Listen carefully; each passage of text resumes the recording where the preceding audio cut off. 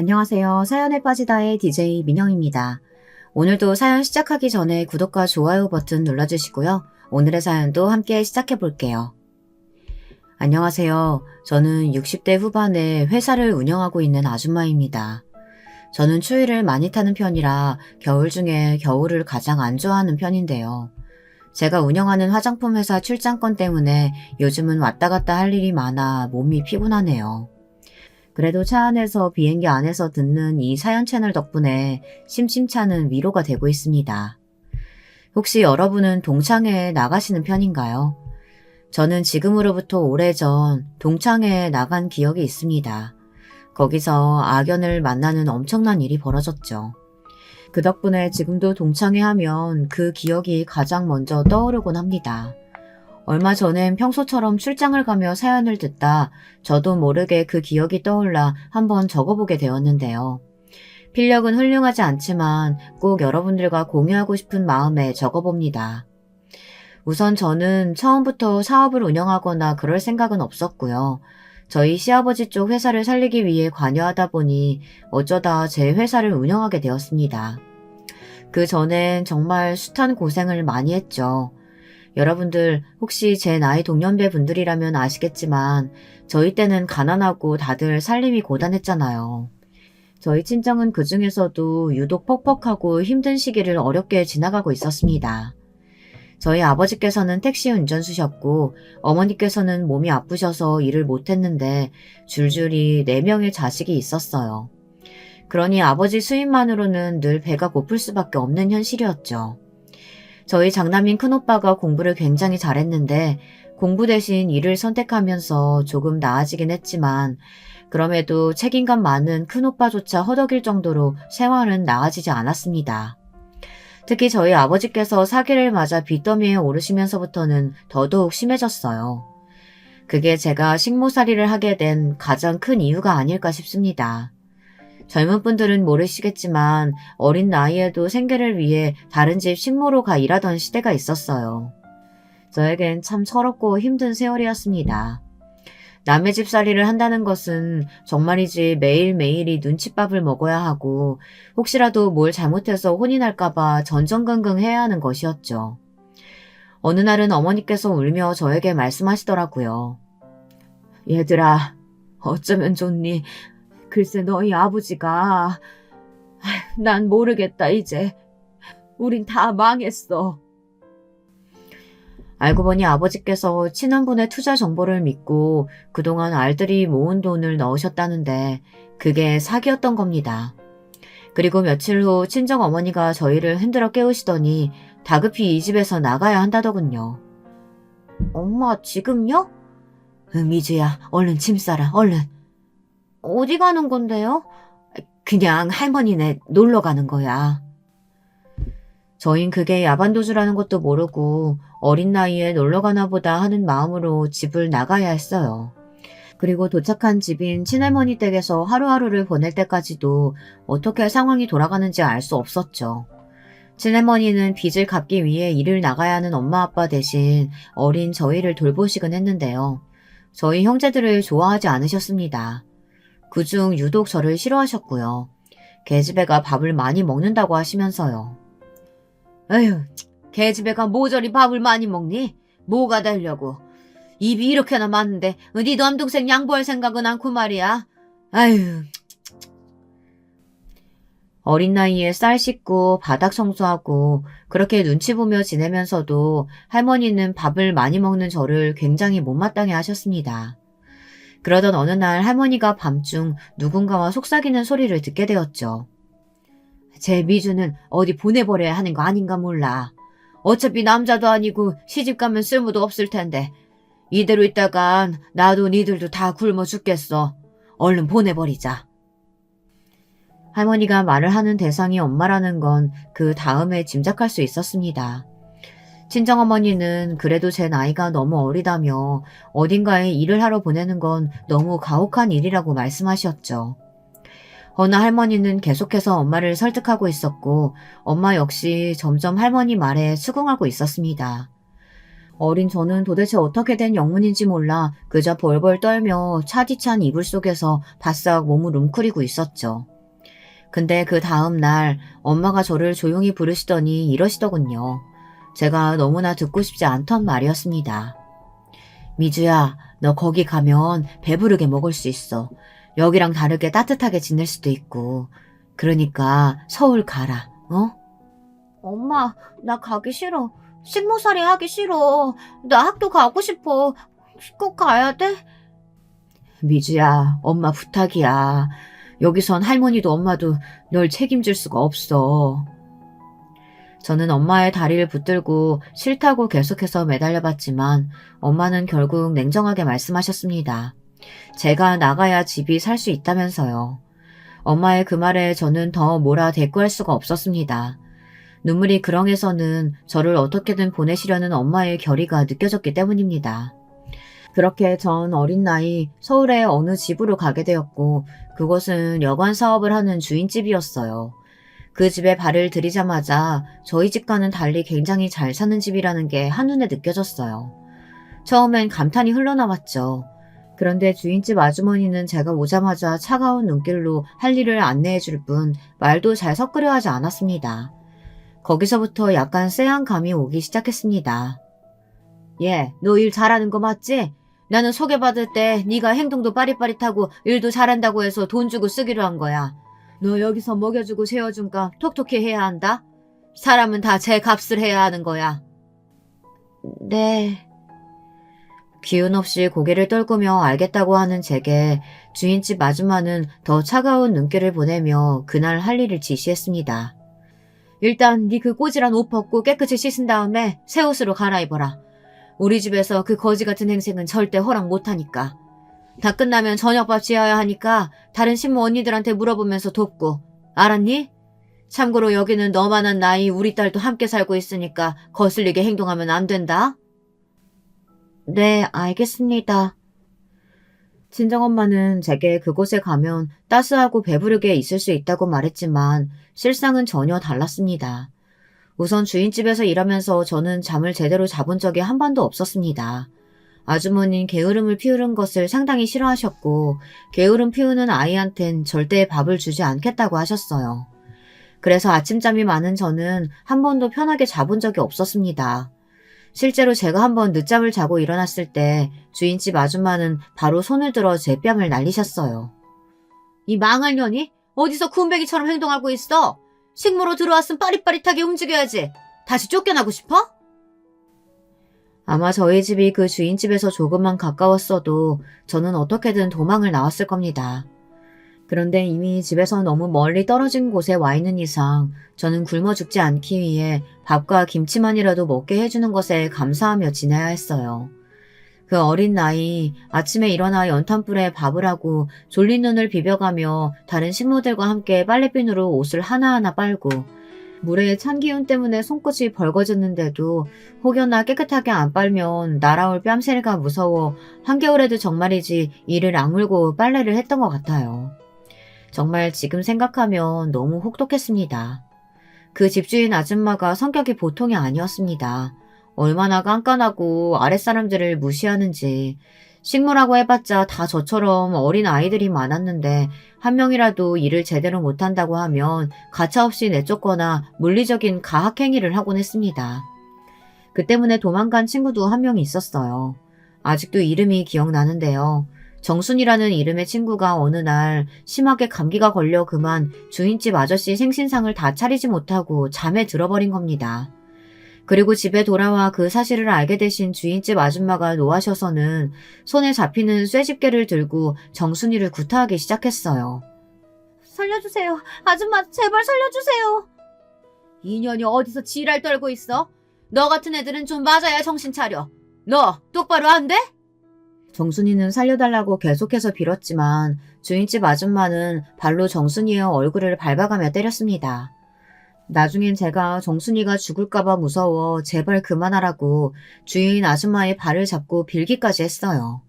집안에서 소리가 커지자 이웃집 아줌마들이 하나 둘씩 나와보셨고 그제서야 아줌마는 구타를 멈추었지만 정순이는 그때의 충격이 너무 컸는지 그 주인집을 밤중에 뛰어나가 버렸습니다. 그리고 정순이가 도망가자 안타깝게도 피해는 집에 남아있는 저희에게로 돌아왔습니다. 니들 정순이 그년처럼 집 홀라당 나가버리면 내가 경찰서에 가서 바로 신고해버릴 거야. 그리고 어떻게든 찾아낼 거야. 찾아내서 아주 살가죽을 홀라당 다 벗겨버릴 거다. 정순이 인연도 내가 더 밟아줬어야 하는데 아주 한이네 한이야. 그때 주인집 아줌마의 말이 아직도 귓가에 선연합니다. 그만큼 너무나 무서웠거든요. 저는 속으로 정순이가 떠나 영영 돌아오지 않기를 바라면서도 내심 앞으로 주인집 아줌마가 얼마나 더 무섭게 변할까 두려웠습니다. 그리고 한 가지 더 여기서 빼놓을 수 없는 인물이 있었는데요. 오늘 사연의 주인공이기도 합니다. 제가 통쾌한 복수를 선물해준 인물이거든요. 당시 제가 두려워했던 건 주인집 아줌마뿐만이 아니었어요. 바로 이 주인집의 실세이자 주인집 아줌마가 끔찍하게 사랑하는 외동딸 숙자가 있었습니다. 원래 주인집 아줌마는 아들과 딸을 골고루 낳을 계획이었다고 했지만 숙자 이후론 더 자식이 들어서지 않아 얻게 된 유일한 외동딸이었어요. 그랬으니 얼마나 많은 사랑을 받으며 자랐겠어요. 부잣집에서 태어난 숙자는 매일매일 좋은 옷을 입고 좋은 걸 먹으며 학교에 다녔고 저와는 완전히 다른 삶을 살고 있었습니다. 저는 실제로 숙자에게 아가씨라고 부르곤 했고요. 주인집 아줌마가 숙자에게만큼은 아가씨라고 부르게 시켰거든요. 그런데 숙자라는 이 여자아이는 정말 보통 내기가 아니었습니다. 주인집 아주머니의 판박이었고 가끔은 아줌마보다 더 영악하고 모질게 사람을 괴롭혀댔어요. 앞전에 정순이가 쇠집게로 맞고 도망갔다고 했잖아요. 이때 자기 엄마에게 쪼르르 달려가 정순이가 일을 하지 않았다고 이른 것도 숙자였습니다. 엄마, 정순이 쟤 혼자 일 안 하고 놀았어. 우리 아빠 생신상 안 차렸다니까? 엄마가 가서 혼내줘. 주인집 아줌마는 그 말에 열이 확 올라 정순이를 쥐잡듯 잡은 것이었어요. 숙자는 그렇게 주인집 아줌마의 또 다른 눈이 되어 저희들을 감시하고 다녔습니다. 저희가 조금이라도 실수 없도록 말입니다. 그 와중에 숙자는 저를 특히 예의주시하고 있었는데요. 저와 나이가 같아서이기도 했고 제가 주인집 아저씨에게 그나마 조금 예쁨을 받고 있었기 때문입니다. 자기 아빠의 사랑을 나눠 가지는 게 싫었는지 숙자는 저만 보면 어떻게든 더 괴롭히지 못해 안달이었어요.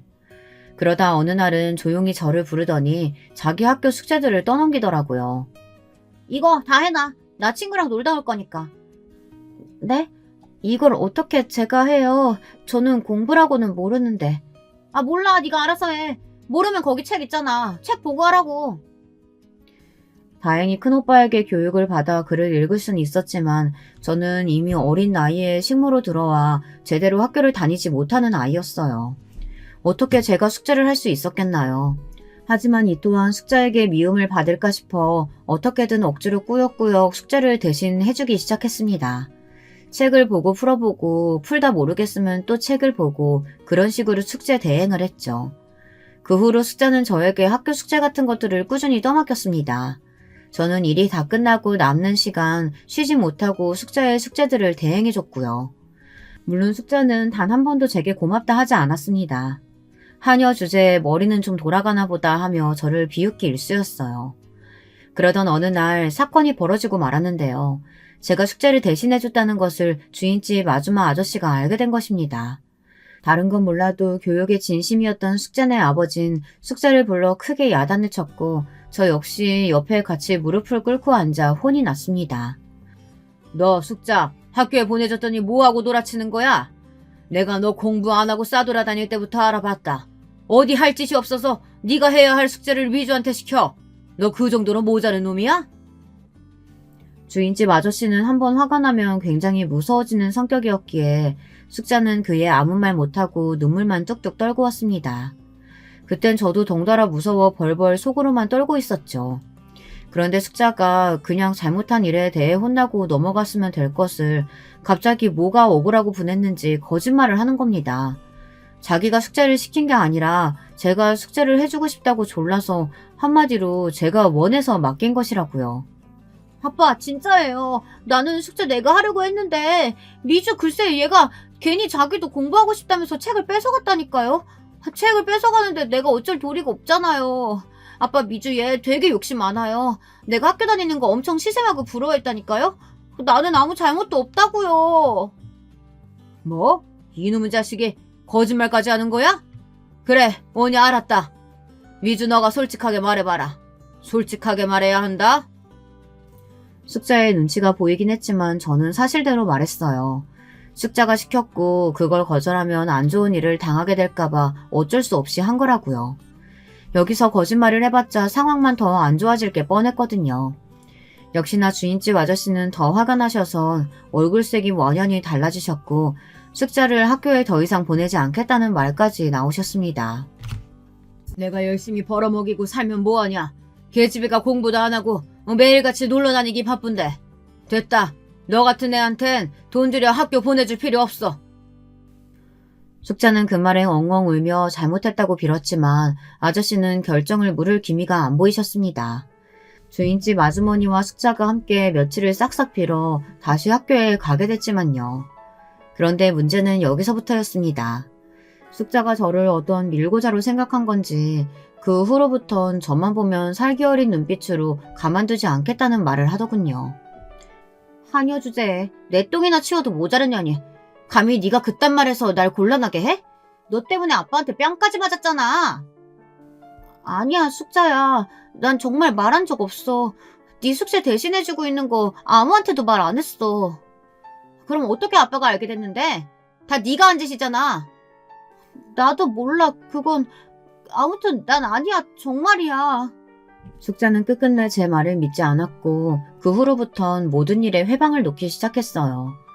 제가 빨래를 하고 있으면 일부러 깨끗해진 빨래를 흙탕물에 집어던져 버린다든가 저녁상을 차리고 있으면 그 뒤에 가서 다 차려진 음식에 침을 뱉는다던가 이런 식으로 말입니다. 그리고 제가 자고 있는 와중 일부러 제 귀에 이상한 벌레를 집어넣어 비명을 지르게 하기도 했어요. 정말 악질 같은 행동들이었습니다. 그리고 더 나쁜 건 주인집 아줌마는 숙자의 짓이라는 걸 알면서도 번번이 제 뺨을 때렸습니다. 밥값 안 하는 것들은 내가 다 내쫓는다고 했어, 안 했어? 그게 아니고요. 숙자가. 어디서 내 딸 핑계를 들어? 우리 딸은 착한 애야. 아줌마는 제가 일을 똑바로 하지 않는다면서 저를 골방에 가두기도 했어요. 덕분에 저는 한겨울 매서운 추위에 오들오들 떨며 골방에 갇혀선 며칠간 갇히는 벌을 받기도 했습니다. 그 추위 속에서 엄마와 오빠의 얼굴을 간신히 그려가며 그냥 이대로 내가 죽었으면 좋겠다는 생각을 하기도 했죠. 너무 힘들었으니까요. 지금 생각하면 왜 내가 그때 그 집을 탈출하지 못했는지 후회가 되고 스스로 너무 불쌍하다는 생각도 듭니다. 어린아이가 골방 속에 갇혀 생쌀과 물만 먹은 채 제발 살려달라고 비는 모습이 너무나 안쓰럽고 가엾죠. 허나 숙자의 괴롭힘은 여기서 끝나지 않았어요. 더 큰 사건이 벌어지게 되었는데요. 때는 숙자가 고등학교에 진학했을 때입니다. 이때 저는 아주 기적 같은 제안을 받게 되었는데요. 다른 누구보다 따스하게 저희들을 대해주셨던 주인집 아저씨가 저를 학교에 보내주시겠다고 한 거예요. 주인집 아저씨는 간간히 저를 지켜보고 계셨는데 아무래도 제 머리가 비상하고 영특한 것 같다며 공부만 한다면 잘 살 수 있을 것 같다고 하시더라고요. 아저씨는 저의 학비를 모두 지원해 주시겠다고 했고 식모일만 게을리하지 않으면 언제든 시간을 내어 공부해도 좋다고 하셨어요. 아저씨 감사합니다. 정말 감사해요. 뭐라 말씀드려야 할지 모르겠어요. 아니다. 숙자랑 집사람 때문에 많이 힘들지? 어린 나이에 남의 집 살림하는 것도 만만치 않을 텐데. 아저씨는 뭘 해도 기특하게 해내는 널 보면 우리 딸이 아직 너무 철이 없다는 생각이 드네. 어쨌든 학비는 걱정하지 말고 편하게 학교 다녀라. 배우고 싶은 거 마음껏 배워도 배움에도 때가 있는데 그때 놓치면 안 되는 거란다. 네, 알겠어요, 아저씨. 감사합니다. 정말 감사합니다. 저는 이 계기로 꿈에 그리던 학교에 다닐 수 있었고 하고 싶은 공부를 마음껏 할 수 있었죠. 중학교 과정을 밟지 못했지만 저는 금방 공부의 속도를 따라잡을 수 있었어요. 아저씨 말대로 제가 정말 공부머리가 있었던 것인지 배운 건 까먹지 않고 바로바로 암기할 수 있더라고요. 어느새 제 석차는 놀랍게도 상위권으로 가게 되었고 이에 학교 선생님들 모두 대단하다며 저를 눈여겨보시게 되었습니다. 저 또한 놀랐어요. 제가 이런 성과를 낼 수 있는 사람인지 처음 알았으니까요. 밥 짓고 빨래하는 거 말고는 그 어떤 것도 해낼 수 없는 사람이라고 저 스스로도 그렇게 생각했는데 시험을 거듭하면 할수록 점차 바뀌는 석차 숫자에 모두가 놀랐습니다. 주인집 아줌마는 역시나 질투를 하셨고 왜 저를 굳이 학교에 보내냐며 주인집 아저씨를 타박하셨죠. 자기 딸 숙자가 저에 비해 한창 뒤떨어져 있으니 불안했나 봅니다. 공부 잘한다는 선생까지 데려와 별수를 다 써보는 것 같았지만 저는 계속해서 상승세였고 이 상승세를 꺾을 수 있는 건 아무도 없었어요. 내가 널 학교에 보내길 잘한 것 같구나. 장하다 미주야. 그리고 이를 진심으로 축하해주는 건 주인집 아저씨뿐이었습니다. 저는 아저씨의 은혜에 보답하기 위해서라도 더 열심히 해야 한다고 생각했습니다. 혹여라도 제가 꽤 괜찮은 사람이 된다면 학비를 꼭 갚아드리고 싶었거든요. 대학은 설사 가지 못하더라도 무언가 제게 다른 길이 있을 수도 있다는 생각을 아마 전 그때 처음 해보았던 것 같습니다. 그래, 미주야. 네가 원한다면 뭐든 할 수 있어. 사람이 머리만 똑똑하면 개천에서 용이 나는 법이거든. 너도 그 용이 될 수 있다. 나도 우리 집이 너무 가난해서 내가 어떻게든 아등바등 집안 살리려고 발버둥치다 여기까지 온 거야. 너라고 안 될 게 있겠니? 네, 아저씨. 저 정말 열심히 할게요. 그의 아저씨는 제 꿈을 응원해 주셨고 아줌마 몰래 혹여나 대학에 가고 싶거든 자신이 학비를 주겠다는 말까지 하셨습니다. 너무 기적 같은 일이었죠. 한편 이 시기에 끔찍한 사건이 벌어지고 말았는데요. 제가 말했던 그 대형 사건이요. 저는 이 사건을 계기로 얼굴에 커다란 흉터가 생겼고 성형외과에서 시술을 받기 전까진 평생 이 흉터를 안고 살아가야 했습니다. 어느 날 숙자가 갑자기 소리를 지르며 저를 깨우는 겁니다. 오밤중이라 사위가 조용했는데 숙자의 목소리만 쩌렁쩌렁 울리더군요. 숙자는 다짜고짜 제게 자기 엄마의 다이아 반지를 가져갔느냐고 난리를 치더군요. 할머니의 유품이자 엄마에게 가장 소중한 물건인데 이게 없어졌다면서 말입니다. 나는 몰라. 숙자야, 왜 나한테 그러는 거야? 난 그게 어디 있는지도 몰랐어. 거짓말하고 있네. 엄마, 얘 지금 거짓말하는 거야. 내가 다 봤어. 전에 네가 우리 엄마 다이아 반지 손가락에 껴보고 그랬잖아. 내가 모를 줄 알아? 네가 그거 탐내고 있는 거? 정말이야? 숙자 네가 봤어? 얘, 너 내 반지 가져갔니? 가져갔으면 도려내놔. 얼른! 게다가 주인집 아줌마는 이미 뒤집어져 있었습니다. 이성을 모두 잃은 사람처럼 자기 엄마를 추억할 수 있는 유일한 물건이라며 당장 도로 내놓으라고 난리를 치더군요. 제가 아무리 아니라고 해도 소용이 없었어요. 주인집 아저씨가 나중에 깨서는 무슨 일이냐고 하자 숙자와 주인집 아줌마는 이미 저를 도둑으로 가리키고 있었습니다. 제가 놀라서 아니라고 더듬더듬 변명을 하자 아저씨는 저를 믿어주시는 눈치였지만 제 물건들을 모두 뒤집어 봐야 한다는 주인집 아줌마 말에는 동의를 하셨죠. 그래, 알겠다, 미주야. 저기 우린 네가 안 가져갔다고 생각한다. 근데 저 애 엄마가 하도 그러니까 일단 그럼 저기 네 방을 한번 보마. 괜찮지? 당신도 미주 방에서 아무것도 나오지 않으면 사과해야 돼. 그깟 반지가 뭐라고 이런 호들갑을 떠는 거야? 아휴. 저는 떳떳했기에 다 뒤져보라고 절대 없다고 호언당장을 했답니다. 그게 패착이고 실수라는 것도 예상하지 못하고요. 잠시 후 숙자가 제 서랍장 쪽을 열더니 하는 소리와 함께 제 엄마를 부르더라고요. 서랍장엔 제가 평소 쓰는 일기장 말고는 아무것도 없었어요. 일기장이라고 해봤자 사실 굴러다니는 페이지들을 몇 개 주워 적은 것이었고요. 이상했습니다. 엄마, 이 일기장 안에 껴있었어, 반지가. 숙자는 호들갑을 떨며 일기장 안에서 떨어지는 다이아 반지를 들어보였어요. 순간 저는 너무 놀라 픽 주저앉을 뻔했고 곧바로 주인집 아줌마를 보았죠. 주인집 아줌마는 그것을 보다 제게로 시선을 돌리더니 손을 들어 제 뺨을 날려버렸습니다. 너무 세게 맞은 탓에 전 거의 바닥에 닿을 듯 몸이 휘청였고 급기야 쓰러져 버렸어요. 그 이후 주인집 아줌마는 예전 정순이에게 그랬던 것처럼 제게도 똑같이 발길질을 하셨고 더 심한 욕설을 해댔습니다. 그리고 주인집 딸인 숙자가 옆에서 열심히 그걸 거들었고요. 어디 걔가 주인을 물어? 먹여주고 재워주고 월급까지 줬더니 너는 은혜를 이런 식으로 갚냐? 어디 내 물건을 훔쳐가? 이게 내게 어떤 반지인 줄 알고. 그러니까 엄마, 은혜도 모르는 걔는 함부로 거두는 거 아닌데. 우리가 실수했지 뭐. 얼른 쟤 짐 싸서 내보내자. 저런 건 두들겨 팰 가치도 없어. 주인집 아줌마는 아저씨가 학교에 보내준 은혜도 모르고 이런 짓을 저질렀다며 괘씸하다고 저를 더 세게 짓밟았고, 주인집 아저씨도 여기엔 어떤 말을 덧붙이지 못하신 채 뒤돌아서 버렸습니다. 저는 그냥 소, 돼지, 길 가는 개처럼 맞고 또 맞았어요. 나중엔 너무 많이 맞아 얼굴이 잔뜩 부어올랐고 피가 질질 흘렀는데, 주인집 아줌마는 그마저도 꼴보기 싫다며 찬물을 가져다 제 얼굴에 뿌리더니 머리채를 잡아 저를 대문 밖으로 내쫓으시더라고요. 절대 아니에요, 아저씨, 아줌마. 저 절대 아니에요. 제가 왜 아줌마 반지를 훔쳤겠어요. 저 그런 거 탐내는 사람 아니에요. 어떻게든 제가 아니라고 저 역시 해명하고 싶었나 봅니다. 다른 게 아니라 저를 믿어주신 주인집 아저씨에게만큼은 떳떳하고 싶어서요. 그런데 숙자는 대문 밖에서 더 밀려나지 않고 계속 항변하는 제게 다가와 세게 뺨을 올려붙이더라고요. 거지 새끼가 어디서 주제도 모르고 기어올라? 야, 이 다이아몬드 반지 네 몸값보다 비싼 거야. 저는 숙자가 일부러 버린 짓인 것을 알고 있었어요. 그래서 더 억울하고 분했지만 숙자는 끝까지 아주 뻔뻔한 얼굴로 웃어 보이며 저를 도둑으로 몰아갔습니다.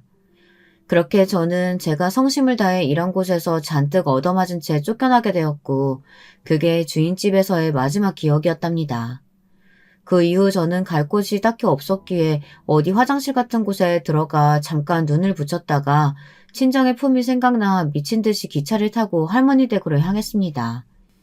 그저 엄마와 아빠의 얼굴이 너무나 보고 싶었어요. 과연 엄마와 아빠가 나를 반겨주실까 두려움은 있었지만 막상 할머니 댁에 도착하고 나선 눈에 뵈는 거 없이 엄마와 아빠를 부르며 뛰쳐들어갔죠. 저희 엄마는 완전히 망가진 상태의 저를 보시곤 거의 기겁하셨어요. 제 얼굴과 얼굴에 자리한 큰 상처, 그리고 멍이 잔뜩 들어있는 몹쓸 몸 상태에 너무 놀라신 거죠. 친정 엄마는 저를 붙들고 한참을 우시며 모든 게 자기 죄라고 한탄하셨습니다. 괜찮아 엄마, 울지 마. 미안하다 우리 딸, 엄마가 너무 미안해. 친정엄마와 아버지 모두 저에게 죄스러워하셨습니다.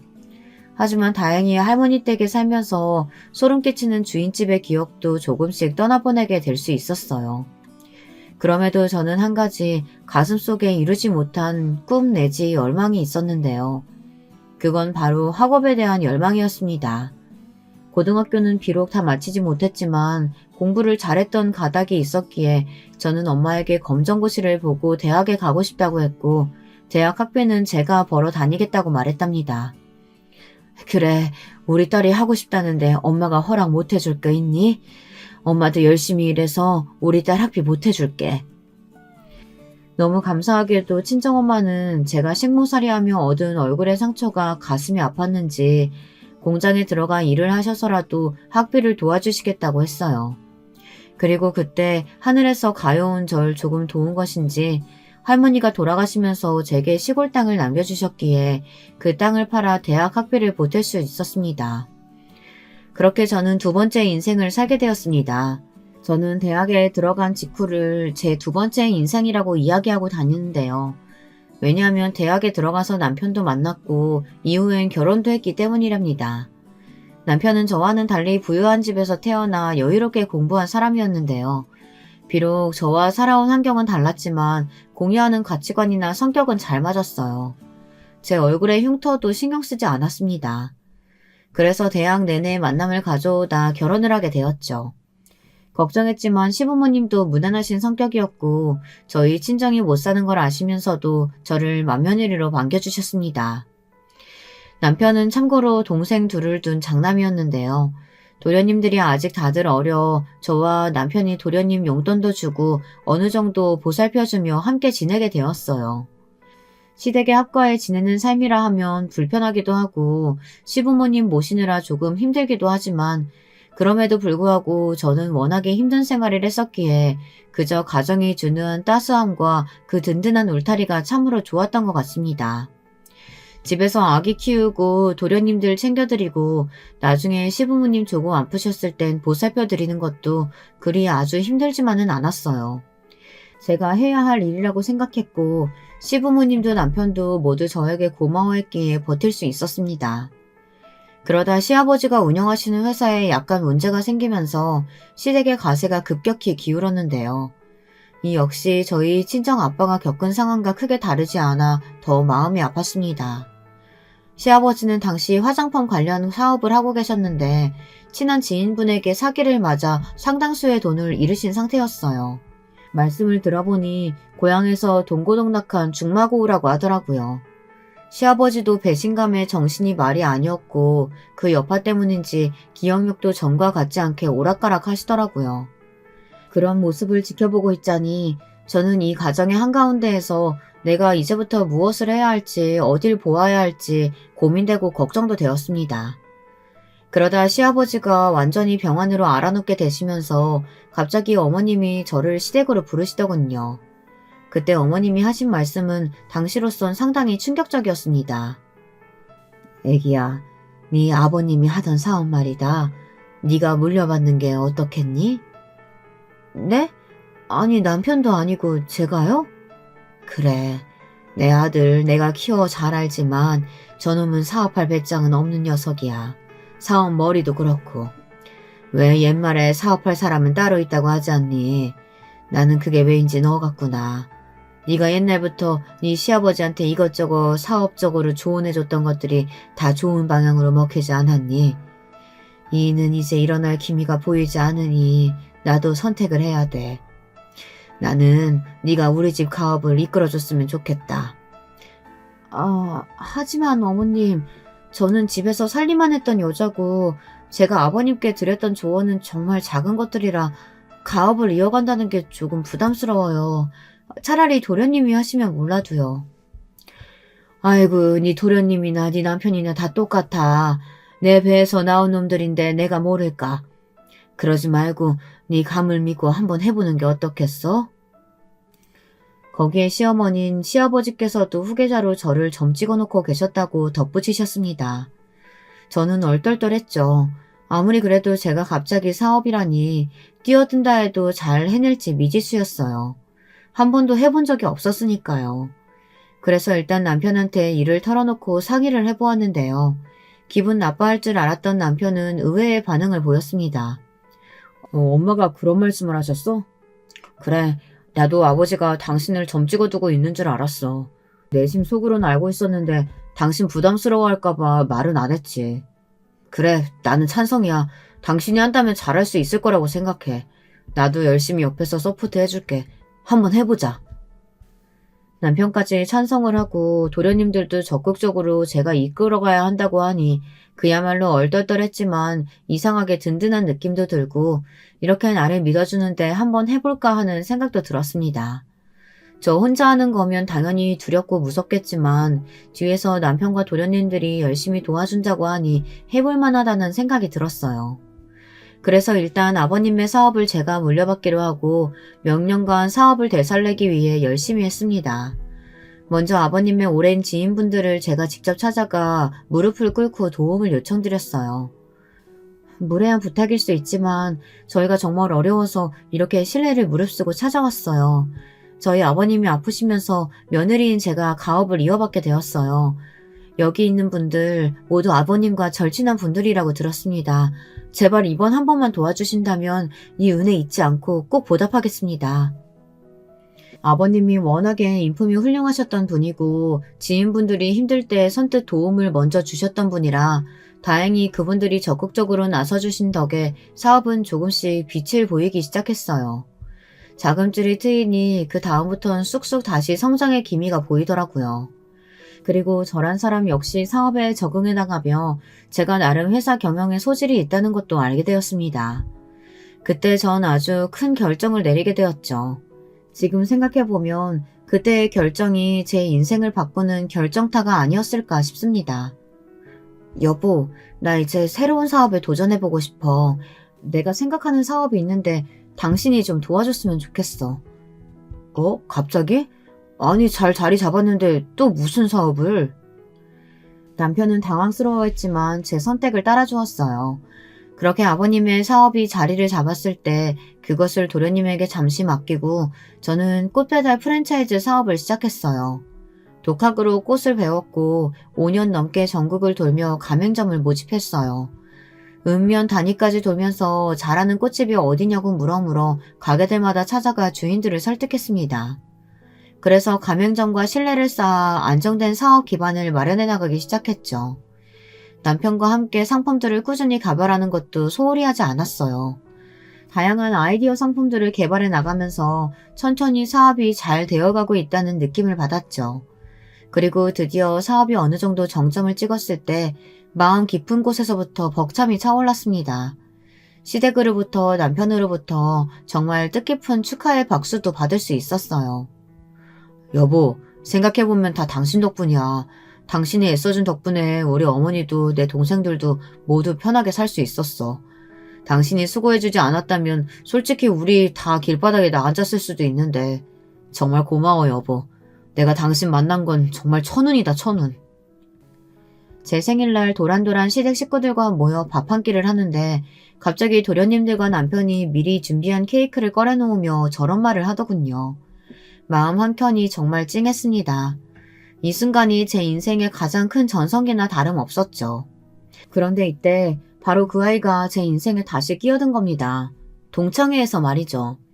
그 당시도 연말이라 여기저기 모임 약속이 잡혀 있었는데 고등학교 동창회에서 갑자기 연락이 왔더라고요. 사실상 저는 고등학교를 다니다 그만두었기에 동창회에서 연락이 올 일이 없는데 그 당시 저를 좋게 기억해주는 친구들이 아름아름 제 소식을 물어 저한테까지 연락을 해온 거였어요. 미주야, 나 혜원이야. 기억나니? 우리 도시락도 같이 나눠 먹고 그랬었잖아. 네가 내 수학 문제도 알려주고. 다름이 아니고 너 어떻게 사는지 궁금해서 친구들한테 물어보니까 네 소식 알려주더라고. 동창회에 한번 나오지 않을래? 얼굴 보고 회포 한번 풀고 싶다.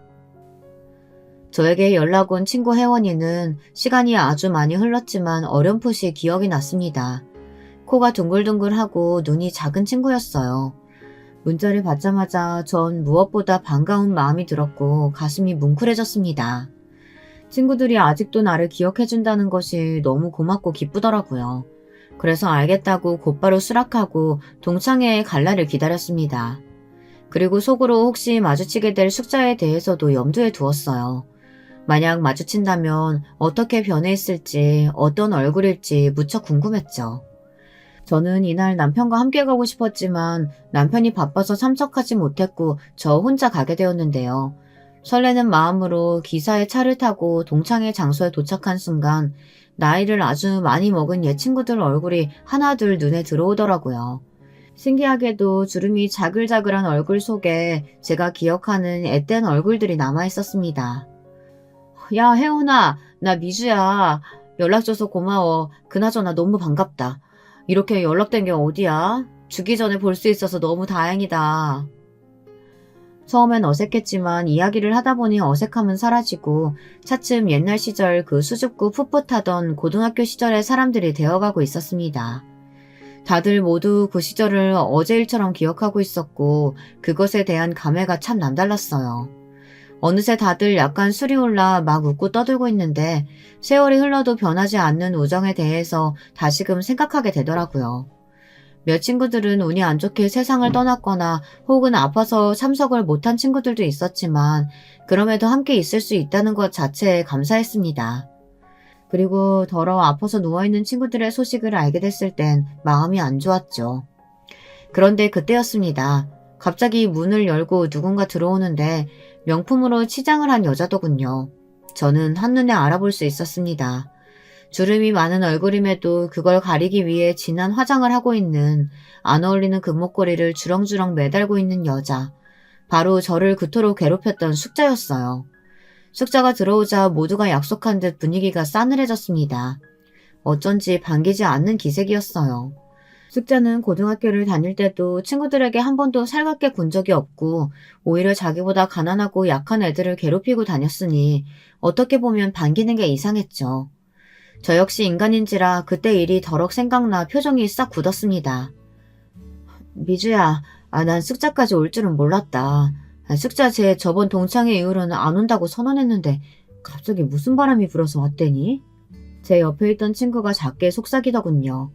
저는 그 이유가 무엇 때문인지 알 것 같았습니다. 숙자는 이상하리만치 저를 똑바로 쳐다보고 있었습니다. 그러면서 제 옆에 턱 앉더라고요. 너 미주지? 반갑다. 이번에 네가 동창회에 나온다고 해서 내가 나왔지 뭐야. 아니 근데 넌 고등학교도 졸업 못했는데 우리 애들이 불러줘서 나온 거라며? 참 우리 애들 성격도 좋네. 그나저나 잘 지냈니? 네 얼굴 보니까 활자가 좋아 보이진 않는데. 숙자는 저를 보자마자 바로 시비부터 걸었습니다. 이 순간만을 기다려왔다는 듯 유치하게 자기 할 말만 쏙 하더라고요. 거기다 제가 남편과 함께 못 온 것에 대해서도 남편과 이혼을 한 거냐는 등 남편이 별 볼 일 없어 창피해 못 데려온 거냐는 등 지나친 발언들을 서슴지 않았어요. 저 또한 슬슬 화가 나기 시작했죠. 어린 시절 제게 했던 못된 짓은 싹 잊은 채로 숙자가 저를 아직도 자기 집 식모로 보고 있다는 생각이 들더라고요. 내 남편은 바빠서 같이 못 왔어. 사업차. 그리고 동창회 분위기 흐리지 말고 그냥 밥이나 먹다가 괜히 시비 걸지 말고. 뭐 하는 짓이니? 애들도 다 불편해하잖아. 어머, 너 말 웃기게 한다? 내가 언제 시비를 걸었다 그래? 아니, 그나저나 너 요즘 어떻게 살고 있어? 나 네 소식 되게 궁금했거든. 뭐 어디 식당 같은 데서 일하니? 뭐? 아니, 너 옛날에 우리 집 일 되게 잘해줬잖아. 네가 어린데도 요리 솜씨는 좋았는데 그거 잘 살려서 식당이나 하고 있으면 좋겠다 싶었는데 말이야. 그러면서 숙자는 슬그머니 제가 식모였을 적의 이야기를 꺼냈습니다. 순식간에 제 표정도 서늘해졌습니다. 어린 시절 손이 베일 만큼 찬 얼음물에 동동거리며 빨래하고 밥했던 아픈 기억이 떠오르더라고요. 그리고 늘 그것을 우습다는 듯 조소하며 바라보았던 숙자도 함께 말이죠. 저와 숙자 사이 분위기가 이상해지자 아무렇지 않게 웃고 떠들던 아이들은 슬슬 저희 쪽으로 시선이 쏠렸어요. 고등학교 때 아이들은 제가 숙자네 집 식모였다는 사실을 알고 있었지만 모르는 척 해주고 있었습니다. 그런데 숙자가 와서 자기 입으로 그렇게 일부러 떠들고 제끼고 있으니 저를 불렀던 친구 한 명이 숙자에게 그만하라고 따끔하게 한마디 하더군요. 숙자, 너 왜 동창회 날까지 미주 괴롭히고 그러니? 고등학교 때 그만큼 괴롭혔으면 됐지. 네가 일부러 미주 도시락 못 먹게 하려고 엎어버리고 칼로 옷 찢어버리고 그랬던 거 우리가 모를 줄 알아? 다 알고 있어. 그러니 그만 자숙해라. 친구가 대신 나서서 그렇게 말해주자 고마웠습니다. 그런데 숙자는 정말 뻔뻔하더라고요. 어린 시절 그 영악하고 싸가지 없는 성격을 한치도 바꾸지 않고 그럴 생각도 없이 그대로 가지고 살아온 것 같았습니다. 내가 언제 그랬어? 얘 우리 집 식모였어. 식모가 우리 아빠 덕분에 학교까지 다니고 호강 누렸는데 나를 봐도 감사한 줄 알아야지. 얘 그때나 지금이나 나한테 고맙다는 말 한마디 안 하잖아. 미주 너는 감사한 줄 알아야 돼. 나한테 절을 해도 모자르다고. 내가 왜 너한테 고맙다고 해야 하는데? 너희 아버지가 도와줬지 네가 날 도와줬니? 그리고 너야말로 그렇게 나를 어린 시절을 괴롭혀댔으면 오랜만에 만났다 하더라도 사과부터 하는 게 예의가 맞지. 어디 눈을 똑바로 두고 나한테 고마워해라 어쩌라 명령이야. 제가 반격할 줄 몰랐는지 숙제는 순간 당황했습니다. 그리고 잠시 조용해졌는데요. 그때 서빙하시는 분과 함께 숙자의 남편이 들어왔습니다. 숙자의 남편을 보는 순간 이번엔 제가 당황하고 말았는데요. 왜냐하면 숙자의 남편은 저희 남편 회사 직원이었기 때문입니다. 남편 회사라 하면 제가 다시 일으킨 시아버지의 화장품 회사였어요. 잠깐 도련님에게 넘어갔다 남편이 다시 경영권을 잡고 있는 회사였죠. 그런데 그 직원은 남편의 비서였습니다. 모를 수가 없는 얼굴이었죠. 숙자의 남편도 곧바로 제 얼굴을 알아보고 화들짝 놀란 기색이었지만 제가 아무 말 하고 있지 않자 일단 눈치껏 인사를 하곤 앉더라고요. 여기서 굳이 숙자의 남편을 남편 회사 직원이라고 소개하고 싶진 않았습니다. 그렇게 한다면 순자를 톡톡히 망신 줄 수 있겠지만 똑같이 저급하게 굴고 싶지 않더라고요. 다만 이미 숙제 때문에 기분이 한 차례 망친 마당에 더 앉아있고 싶지 않아 가려고 했습니다. 친구들도 받겠다 숙제로 인해 아픈 기억을 들쑤시고 싶지 않았어요. 그런데 그때였습니다. 어머 얘들아, 내 다이아 반지가 없어졌어. 어머 어떡해. 그거 우리 남편이 결혼기념일에 사준 건데 어떡하면 좋아. 마치 데자뷰 같았습니다. 숙자는 계속해서 자기 가방을 뒤지더니 아무래도 안 되겠다며 화장실까지 다녀오고 식당 직원에게 찾아주지 않으면 식당을 뒤집어 엎겠다는 말도 안 되는 엄포까지 놓았습니다. 진상짓을 하는 건 그때나 지금이나 똑같았죠. 더 상황에 끼고 싶지 않았던 저는 친구들에게 그만 인사를 구하고 자리를 떠나려고 했어요. 그런데 숙자가 갑자기 아주 어이없는 이유로 저를 붙잡더군요. 야 이미주, 너 가방 쏟아봐. 뭐라고? 네 가방 말이야. 너 아까부터 자꾸 가방에 손이 가 있던데 거기 뭐 있는지 내가 좀 봐야겠어. 아 뭐해? 얼른 가방 부어 테이블에. 안 부으면 나 네가 가져갔다고 생각하고 지금 바로 경찰서에 전화할 거야. 내가 경찰 쪽에 인맥이 얼마나 많은지 알아? 이번에도 숙자는 저를 도둑으로 몰려고 하고 있었습니다. 정말이지 그때의 기억이 샘솟으며 주먹이 부들부들 떨리더군요. 내 가방에 없으면 어떡할 건데? 너 내 가방에 없으면 어떡하려고 내 가방을 지금 검사하겠다고 하는 건데? 야, 심증이 있으니까 뒤져보자고 하는 거지. 내가 괜히 이러니? 너 아까부터 계속 내 명품 가방이면 옷이면 힐끗힐끗 봤잖아. 내가 모를 줄 알아? 역시 거지근성은 어디 안 가는 것 봐. 됐고 얼른 가방 부어. 그 다이아 반지 찾아야 되겠으니까. 그때 순간 어린 시절 눈물나게 숙자 엄마에게 매타작을 당했던 기억이 떠오르며 저도 모르게 손이 올라갔습니다. 그런데 일이 일어난 거죠. 숙자 남편이 저보다 더 발빠르게 움직여 숙자의 뺨을 내리친 겁니다. 순식간에 일어난 일에 동창의 친구들 포함해 모두가 놀라 눈을 껌뻑었습니다. 사모님 죄송합니다. 저희 와이프가 너무 실례를 하고 말았네요. 정말 죄송합니다. 당신 얼른 사과드리지 못해? 여기 우리 회사 회장님 사모님이야. 뭐? 누가 회장이라고? 얘 우리 집 식모 미주 남편이? 이때서야 저는 숙자를 제대로 참교육시켜줘야겠다는 생각이 들었습니다. 아직도 숙자는 저를 자기 집 식모로 깔보고 있었고 지금껏 그 긴 세월이 지나면서도 반성이라고는 단 한 번도 하지 않았으니까요. 그래, 내가 사모님이네. 네 남편 회사 회장의 사모라고. 정신 차려. 나 너한테 도둑으로 누명 씌워 나 내쫓았을 때 너 때문에 네 엄마 때문에 나는 얼굴에 큰 흉터를 입었어. 사람들 수군거림 속에서 몇십 년을 살았다고. 제발 인간이라면 반성이라는 걸 좀 해라. 그러고 살면 너무 부끄럽지 않니? 저는 그 정도 말만 남겨둔 채 기사의 차를 타고 이동했습니다. 그 뒤 숙자의 남편은 숙자를 끌고 와 죄송하다며 한 번 더 용서해달라는 말을 한참 하더군요. 저희 남편은 숙자의 남편이 비서로서 오랜 시간 함께한 만큼 설마 제 얼굴을 그리 만들었을 사람이 이토록 가까이 있을 거라곤 상상도 못했다며 놀라워했습니다. 너무 기막힌 인연이네. 하지만 선처는 해주고 싶지가 않아. 당신이 원하면 난 비서고 뭐고 자르고 싶어. 그럴 필요 없어. 그 사람이 죄를 저지른 건 아니니까. 죄값을 치를 사람은 따로 있지. 저는 숙자에게 통쾌한 한 방을 날렸다고 생각했기에 넘어갔습니다. 숙자도 이미 계급이 어떻게 바뀌었는진 여실히 알았으니 그걸로 덮고 가기로 했어요. 때론 저에게 상처를 준 사람을 인생에서 떠나보내는 것이 진정으로 용기 있는 일이라는 생각이 들어서 말입니다. 여기까지가 제 이야기입니다. 오래전 기억이지만 꺼내봤습니다. 쓰다 보니 정말 다사다난한 인생이었던 것 같네요. 여러분들 모두 감기 조심하시고 연말 잘 보내세요. 여러분, 두 번째 사연 시작하기 전에 좋아요와 구독 꼭 눌러주실 거죠? 그럼 두 번째 사연 바로 시작합니다. 전 요즘 들어 그렇게 시원하고 살맛이 날 수가 없어요. 이렇게 된 건 최근이고 이런 시점으로 오기까지는 아주 많은 일들이 있었답니다. 살다 보니 이제 지인들한테 결혼에 대해 그냥 무조건 해보라는 말은 이제 할 수가 없을 것 같아요. 저희 남편을 비롯해서 우리 시부와 시모 같은 케이스들을 보면 말이에요. 할 말이 아주 많지만 일단 한번 정리해보는 마음으로 처음으로 거슬러 올라가 볼게요. 저와 남편은 연애 결혼을 했는데 2년 정도 만났어요.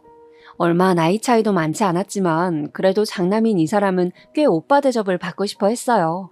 저도 그에 맞춰서 잘해주었고 이 무렵 돼야 양가에서도 반응이 나쁘지 않았기 때문에 결혼까지도 무사히 흘러가게 되었답니다. 그런데 한 가지 문제는 시댁은 잘 살지도 못 살지도 않는 형편이었거든요. 큰아들이 장가 간다고 평소 갖고 계시던 작은 빌라를 주셨는데 20평대라서 그리 조건이 좋은 것은 아니었어요. 그런데 그걸로 엄청 생색내시더라고요. 특히 아버님이 말이에요. 우리 준영이한테 시집 오려면 이것저것 준비는 잘했어야지. 그냥 몸만 딸랑 오는 게 어디 있냐? 네 집에서는 여기 와보고 놀러와지도 않아? 어? 사돈한테 넙죽 엎드려서 고맙다고, 딸 자식 걷어줘서 이런 데 살게 해줘서 고맙다고, 왜 그런 인사도 없어? 이런 말을 정말 낯 한 번 바꾸지 않고 쉽게 하시는 분이에요. 아니, 왜 우리 엄마 아빠가 그런 허름한 빌라에 와서는 주변을 쓱 둘러보고 감탄한 다음 시부모님한테 고맙다고 인사를 해야 되는 거예요? 아버님이야 우리 본가에 와볼 일이 없었겠지만 아빠는 60대가 넘어서도 제2의 직업을 갖고 열심히 일하시고 나름 재테크도 잘하신 편이에요. 저도 당시 몇 억 안 되는 집이랑 결혼하면서 제 돈 1억 갖고 왔다고요. 엄청 기우는 결혼도 아닌데 저렇게 말씀을 하시더군요. 처음엔 저도 아버님이랑 나쁘게 지내고 싶진 않아서 참았어요. 그냥 다녀가시기만 하고 저희들끼리 잘 살라고만 하셨어요. 다른 말씀은 안 하시던데요? 근데 묘하게 제 말투가 기분이 나쁘셨나 봐요. 이 순간에는 별말 안 하고 그냥 계시길래 그런가 보다 했거든요. 나중에 집에 와서 저희 남편한테 전화해서는 막 소리를 지르시는 거예요. 이때부터 본격적인 시댁 갑질이 시작된 거예요. 야, 준영아, 걔는 말투가 왜 그러냐? 입도 삐뚤어져가지고 얼굴도 못 났으면 말이라도 이쁘게 해야지. 기집애가 어디서 말을 그렇게 못돼 처먹게 하는 거냐고. 어른이 이렇다면 이런 줄 알지. 거기서 꼬박꼬박 받아치는 거 봐라. 아주 지집에서 오냐오냐 하고 키웠나 봐. 저딴 기집애들은 자라면서 등짝 깨나 맞아가며 키워야 버릇이 제대로 들지. 너 쟤 제대로 손봐라. 알았어? 와, 살다 살다 이런 모욕적인 소리는 진짜 처음 들어봤어요. 학교 다닐 때 흔히 보던 독사같이 생긴 대머리 학생 주임이 고대로 시간이 지나 자기 며느리를 보면 저런 식으로 말하는 걸까요? 너무 상스러운 데다가 도대체 화날 포인트가 어디 있는지도 모르겠는 말들만 늘어놓으시는 거예요. 그런데 우리 아버님은 그뿐이 아니에요. 은근히 자기 집에서도 저 못지않게 저런 잣대를 겨누고 괴롭히는 사람이 있었으니 바로 둘째 아들인 우리 도련님이었어요. 맨날 장남인 우리 남편을 치켜세우면서 칭찬하고 그러면서 그 바로 아래인 둘째 아들은 그렇게 편애를 하고 괴롭히더라고요. 우리 준영이가 최고지. 얘가 어릴 때부터 상장을 얼마나 많이 받아왔는지 몰라. 우리 집안에서 이런 녀석은 두 번 다시 나오기가 힘들어. 대학도 좋은 데 나오고 하여간 여기저기서 침 바르고 보통 이쁘게 본 게 아니야. 이 녀석은 아주 크게 될 녀석이라고. 이런 모습을 보면 대체 뭐 자식들이 몇 명이나 된다고 그중에서 저렇게 한 명만 꼬집어서 편애를 하시는지 모르겠더라고요. 도련님은 장가를 안 갔는데 가족 모임이 있을 때 빼고는 웬만해서 이런 모임들에 잘 안 나오더라고요. 아버님이랑 마주치길 싫어하는 듯 했는데 당연해 보였어요. 저도 남편에게 비슷한 질문을 했었고요. 솔직히 나 같아도 가족들 모이는 자리는 오기 싫을 것 같아. 아버님 진짜 너무 대놓고 비교하시는 거 아니야? 당신이 큰아들이고 이쁘긴 하겠지만 그렇다고 둘째 아들은 남의 집 자식도 아니고 이게 뭐야. 전에는 보는 내가 다 무안하고 민망하더라니까. 이 부분은 남편도 약간은 불편했던 모양인데 아니나 다를까 형제간에도 사이가 안 좋더라고요. 나중에 더 겪어보니 도련님도 썩 좋은 성격은 아니었지만 하여간 형제간 이렇게 경쟁하게 만들고 사이를 갈라놓는 걸 보니 자식들이 노력한다고 해봤자 부모님이 산통 다 깨버리면 아무 소용없는 것 같아요. 아버님이 또 얼마나 속을 긁으셨던지 안 그래도 불만이 많은 도련님이 갑자기 독립선언을 한 거예요. 어머, 도련님이 왜? 갑자기? 내 생각엔 절대 갑자기 그러신 게 아닌 것 같은데? 아버님이 또 뭐라고 하신 거 아니야? 아이 참, 나도 모르겠어. 준철이 녀석도 참 잘 지내다가 왜 저러는 거야? 남편은 뭔가 대수롭지 않은 반항 정도로 생각한 것 같은데 정말로 도련님은 집을 알아보고 계시더군요. 이걸 갖고 또 어머니는 우리한테 전화해서 뭐라 뭐라 하시는데 듣던 중 저는 엄청 황당한 소리를 듣게 되었어요. 제가 왜요, 어머니? 아버님이랑 도련님이랑 싸우신 거 아니에요? 이걸 왜 저한테 해결하라고 하시는 건지 이해가 안 가는데요? 어머니는 제 말을 듣지도 않고 다 자르시더니 대충대충 말씀하시더라고요. 아니, 누가 뭐랬니? 너 보고 뭘 다 해결하라는 게 아니야. 일단 그래도 준영이는 이렇게 너랑 결혼이라도 했잖아. 준철이 녀석도 얼른 장가를 보내서 독립시키는 게 우리 속 편하니까 너한테 이렇게 말하는 거야. 네 주변에 괜찮은 아가씨들 있으면 소개 좀 시켜줘라. 원래 집안에 며느리가 잘 들어와야 한다고 했어. 네가 이 집 큰 며느리로 왔으면 할 몫을 해야지. 옛말에는 며느리들이 집도 일으킨다고 하더라. 내가 뭐 너한테 많은 걸 바라디? 그냥 네 동석감 하나 데려오라는 거잖아. 들으면 들을수록 코웃음만 나는데 일단은 참았어요. 진짜 가만히 있었더니 사람을 무슨 가만히로 보는 것도 아니고 이게 대체 뭐 하는 거래요? 왜 적당히를 모르시는지 답답하더군요.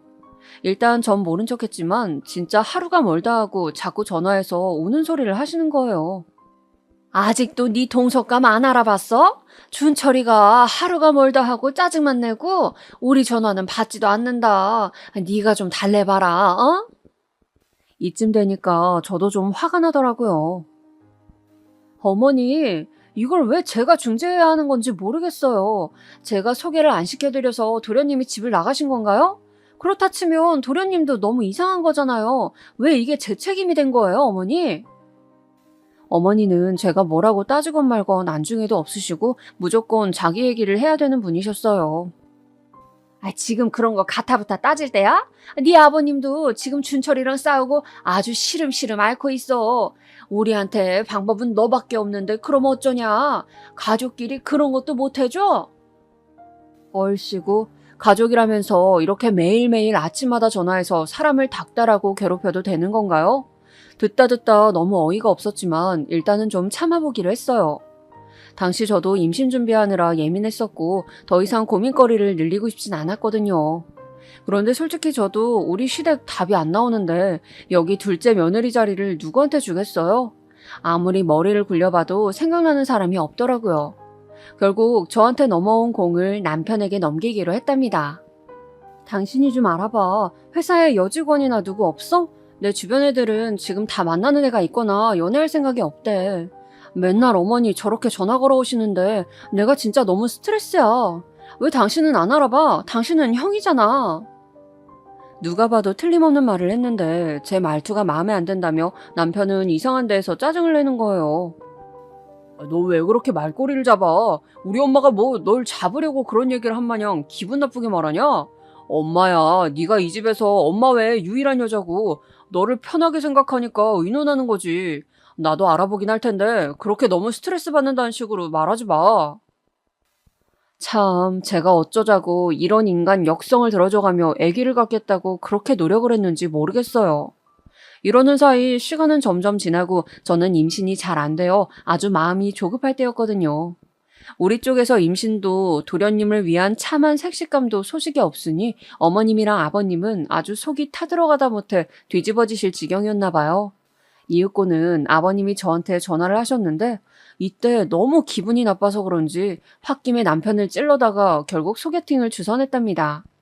저도 참 미련한 게 그때 아버님이랑 정면으로 싸웠어야 했는데 왜 역성을 들어드렸을까요? 니네는 왜 그렇게 일 처리를 제대로 못하냐?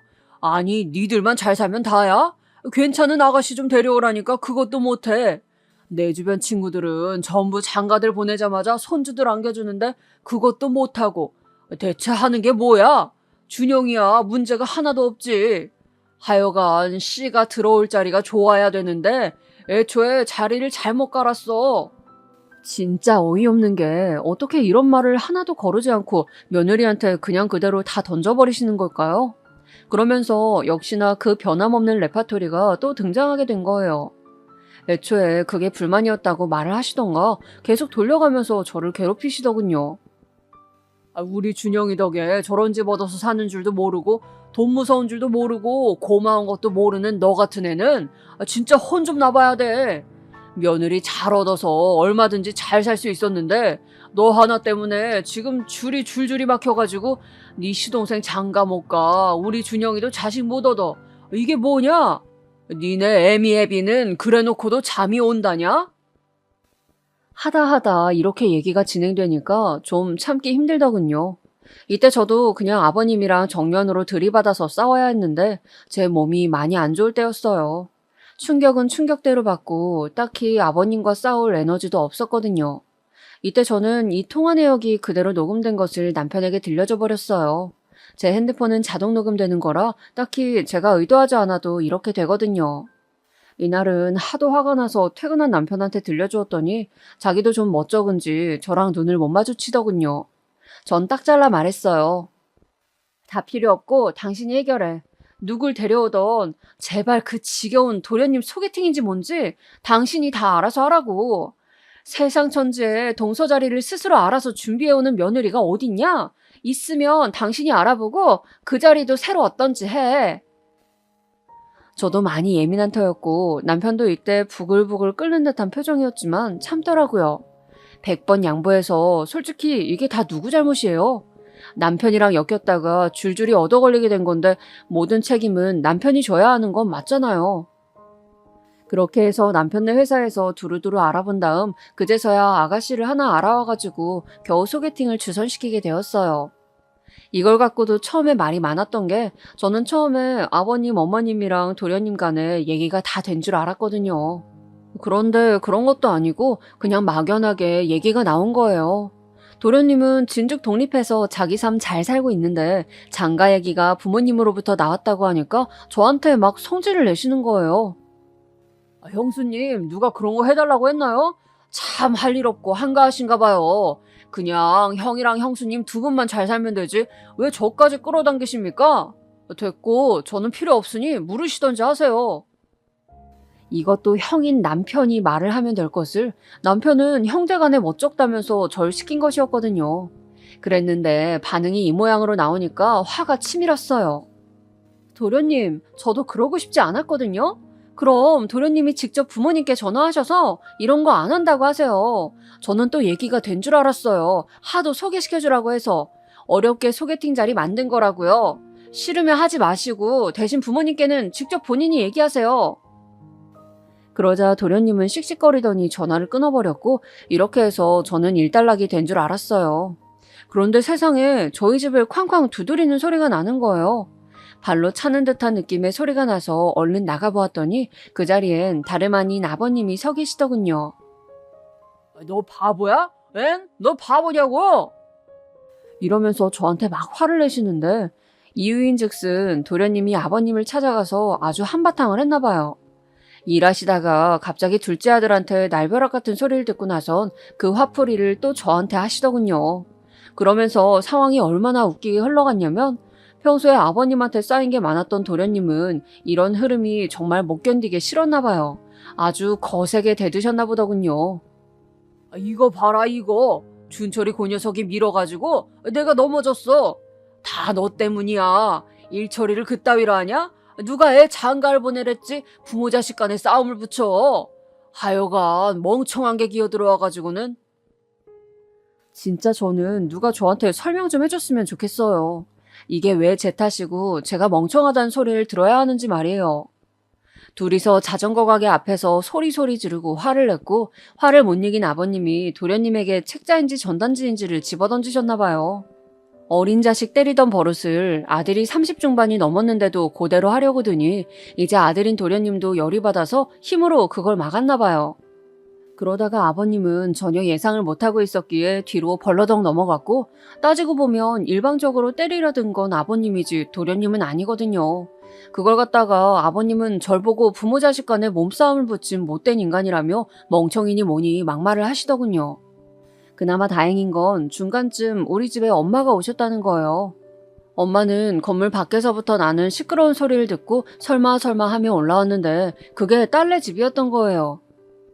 미주야, 왜 이래? 어머, 사돈어른, 이게 무슨 일인지? 저희 애가 뭐 언짢을 일이라도 한 게 있나요? 엄마는 조심스럽게 그러면서도 꽤 화가 난 얼굴로 아버님을 바라봤어요. 평소에 제가 엄마한테 해둔 얘기도 있기 때문에 좋은 인상을 갖고 있진 않았거든요. 그런데 우리 아버님 진짜 너무 웃긴 게요. 엄마가 나타나니까 그 앞에서 뭐라 당당하게 말도 못하는 거예요. 쭈뼛쭈뼛거리시더니 웅얼거리면서 그대로 사라지시더군요. 미주야, 무슨 일이야? 너는 표정이 왜 그러고 니네 아버님은 왜 저러고 가는 건데? 아휴, 엄마, 내 말 좀 들어봐. 엄마는 이 기막힌 과정을 다 듣더니 머리끝까지 화가 치밀어 올랐어요.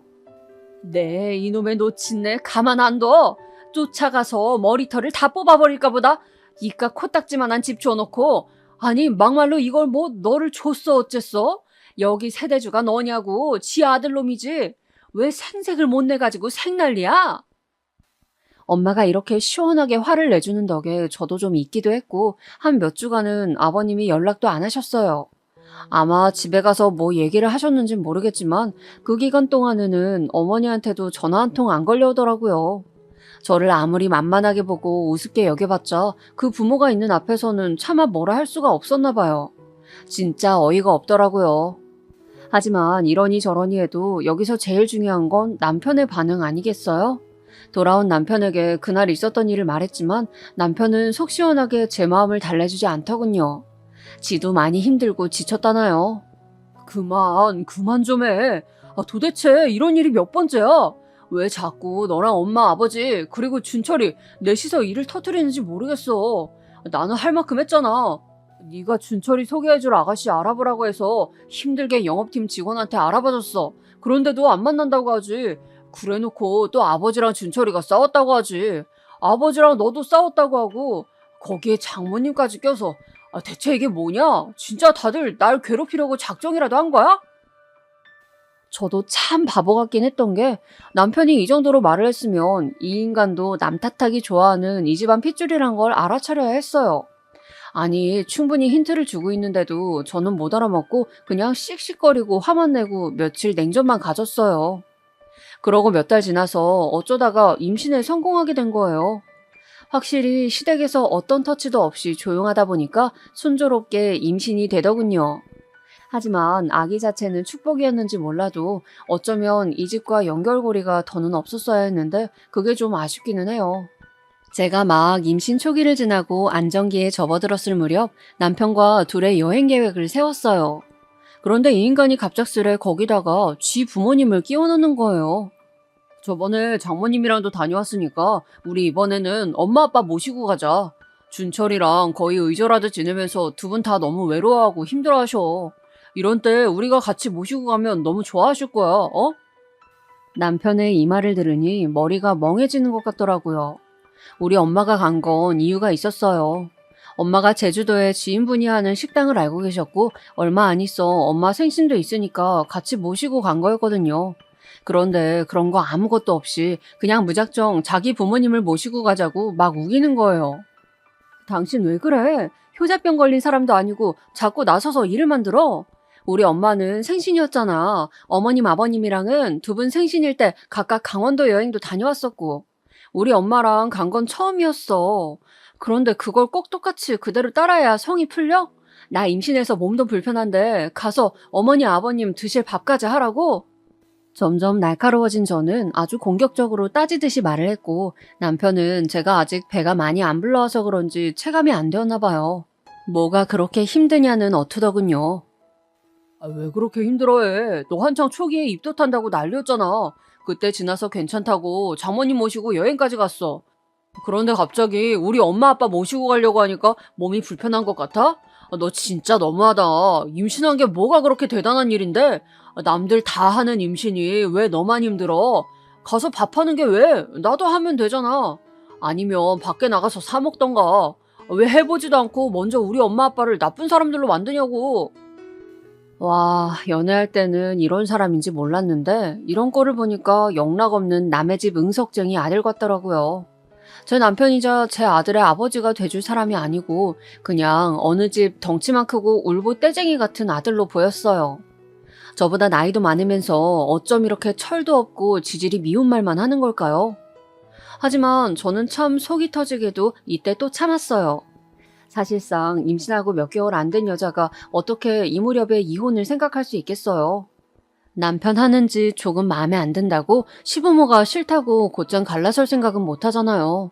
몸도 무겁고 이래저래 겁도 나고 그냥 가서 다 좋은 게 좋은 거니까 참아보자고 생각했어요. 그리고 가기 전에 남편과 극적으로 화해도 했었고요.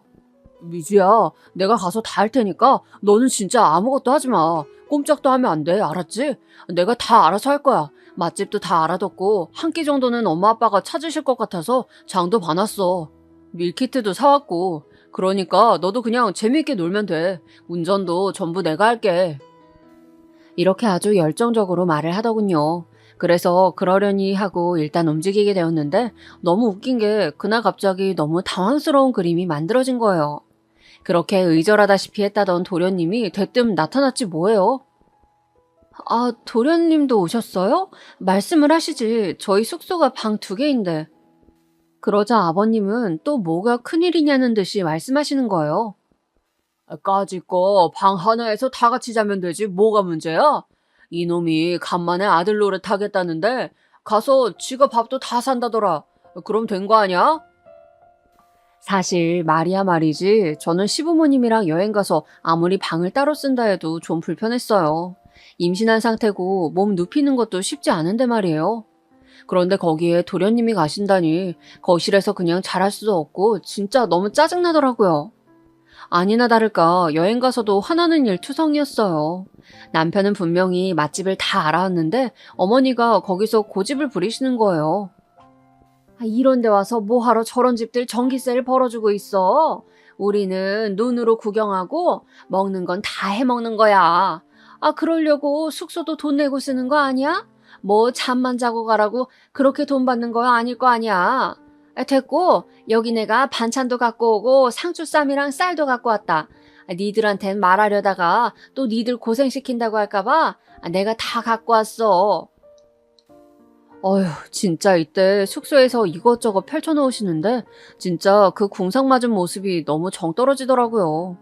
저한테 말도 안 하시고 혼자 이것저것 갖고 오셨는데 본인 딴에는 일거리 줄이려고 그랬다는 거예요. 하지만 이게 다 일이지 뭐겠어요. 생전 저는 안 해먹는 청국장이며 뭐며 나물 같은 것들도 무친 것도 아니고 그냥 생으로 사오신 거예요. 미주 너 보니까 집에서 요리를 전혀 안 하더라. 내가 그렇다고 우리 집으로 불러서 가르치기도 뭐하고 네가 도통 전화도 안 받고 삐져가지고 우리 집에도 안 오잖아. 이런 때에 애기 뱃속에 있을 때 요리는 많이 배워두는 거야. 내가 하나하나 가르쳐줄 테니까 제대로 배워. 그래서 내년부턴 너도 김장도 해야지. 아, 정말 속이 부글부글 끓다 못해 열이 머리 위로 확 몰려드는 게 느껴졌어요. 표정 관리도 안 되고 미칠 것 같은데 이때부터 남편이 정해둔 일정은 하나씩 다 어긋나기 시작한 거예요. 뱃속에 아기를 임신한 상태로 서로서로 재미있게 놀자고 계획한 여행인데 왜 여기서 몸이 제일 불편한 제가 일이 많은 걸까요? 한창 밖을 돌아다니면서 구경도 하고 카페도 가고 전시회도 갈 예정이었는데 어머니가 그 부산스런 짐더미를 풀어헤치셨어요. 그러니 슬슬 이 집 남자들은 거실 소파에 누웠다가 아버님은 여기 방에 들어가셔서 코 골고 주무시질 않나 점점 나른하게 2-3시간이 흘러가는 거예요. 저도 어찌나 스트레스가 되던지 슬슬 배가 뭉쳐오기 시작했어요. 저 어머니, 저 몸이 안 좋은 것 같아요. 잠깐만 앉아 있을게요. 그랬더니 어머니는 절 힐끗하고 흘겨보시더니 몸이 왜 그렇게 약하냐고 핀잔을 주시더군요. 야, 지나가는 사람을 붙잡고 물어봐라. 돌도 씹어먹을 나이 내가 뭐가 그렇게 힘들다고 농땡이야. 이런 데까지 올 생각을 했으면 제대로 몸 관리를 했어야지. 그러면서 뭔 나물을 삶고 고기를 굽고 김치찌개를 끓여대시는데 쌀 고르는 것부터 다 알려주겠다고 계속 뭐라 말씀이 많으신 거예요. 이쯤 되니 저도 이제 이성을 잃을 수밖에 없었어요. 어머니랑 얘기해봤자 소용이 없으니 저쪽 다른 방에서 골아떨어진 남편을 발로 걷어찼어요. 그리고 쥐죽은 듯한 목소리로 새보다 빠르게 속삭여서 깨웠습니다. 일어나, 뭐해 지금? 나 이렇게 일 시키게 둘 거야? 어디서 지금 누워있냐고. 나 지금 힘들어. 남편인 이때 자다 깨서 엄청 짜증스러워했고 심지어 침까지 스르륵 닦더라고요. 아이씨, 자는데 왜 이렇게 귀에다 소리를 질러? 이때 저도 움찔해서 뒷걸음질 치게 되었어요. 더 가관인 건 그러고 그냥 자버리는데 그대로 나중에 저녁 먹으라고 깨우니 그제서 일어나서 제 눈치를 보는 거예요. 어머니는 그렇게 저를 힘들게 부려먹고도 자기 집 새남자가 안쓰럽다며 아주 노래를 부르시더군요.